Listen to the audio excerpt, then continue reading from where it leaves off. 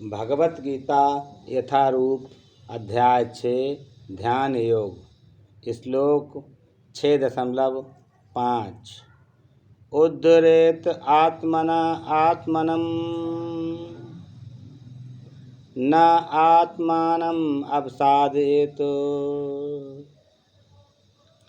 आत्मा एव हि आत्मना बंधु आत्मा एव रिपु आत्मना। भावार्थ, मनुष्य को चाहिए कि अपने मन की सहायता से अपना उद्धार करे और अपने को नीचे न गिरने दे। यह मन बद्ध जीव का मित्र भी है और शत्रु भी। तात्पर्य, प्रसंग के अनुसार आत्मा शब्द का अर्थ शरीर, मन तथा आत्मा होता है। योग पद्धति में मन तथा आत्मा का विशेष महत्व है, क्योंकि मन ही योग पद्धति का केंद्र बिंदु है। अतः इस प्रसंग में आत्मा का तात्पर्य मन होता है। योग पद्धति का उद्देश्य मन को रोकना तथा इंद्रिय विषयों के प्रति आसक्ति से उसे हटाना है।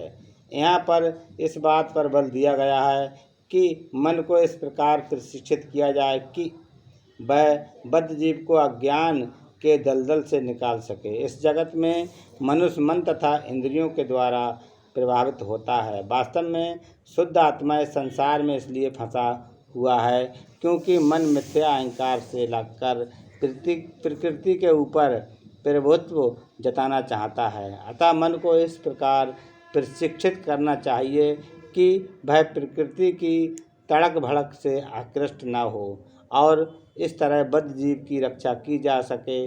मनुष्य को इंद्रिय विषयों में आकृष्ट होकर अपने को पतित नहीं करना चाहिए। जो जितना ही इंद्रिय विषयों के प्रति आकृष्ट होता है वह उतना ही इस संसार में फंसता जाता है।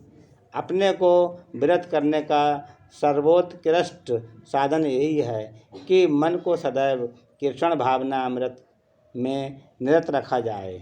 ही शब्द इस बात पर बल देने के लिए प्रयुक्त हुआ है, अर्थात इसे अवश्य करना चाहिए। अमृत बिंदु उपनिषद में 2 कहा भी गया है, मन एव मनुष्याणाम कारणम बंध मोक्षयो